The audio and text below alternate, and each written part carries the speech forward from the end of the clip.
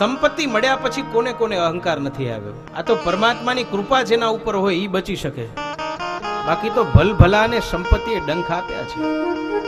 રાજા પરીક્ષિતને તો તક્ષક કરડ્યો એ તો પછી, એથી પહેલા જે માથા ઉપર મુગટ પહેર્યો હતો ને જરાસંઘનો, એણે ડંખ માર્યો તો પરીક્ષિત. એ સંપત્તિનો ડંખ છે. સંપત્તિ ભલભલાને કરડી છે. રાવણને સંપત્તિ કરડી, કંસને સંપત્તિ કરડી, દુર્યોધનને સંપત્તિ કરડી. દુર્યોધનને કોઈ સમજાવવા જાય તો કહે કે મને બધી ખબર છે, તમે મને સમજાવવા ના આવો. જાનામી ધર્મમ નચમે પ્રવૃત્તિ, જાનામી અધર્મમ નચમે નિવૃત્તિ. મને બધી ખબર છે, ધર્મ શું અધર્મ શું.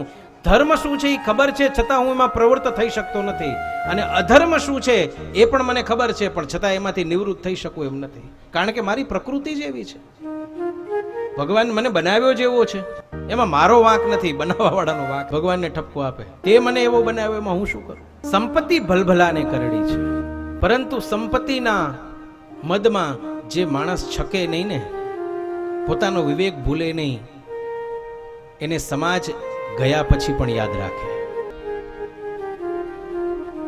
નહીતર તો કહે ગયો તો જાન છૂટી, ભાર ઓછો થયો.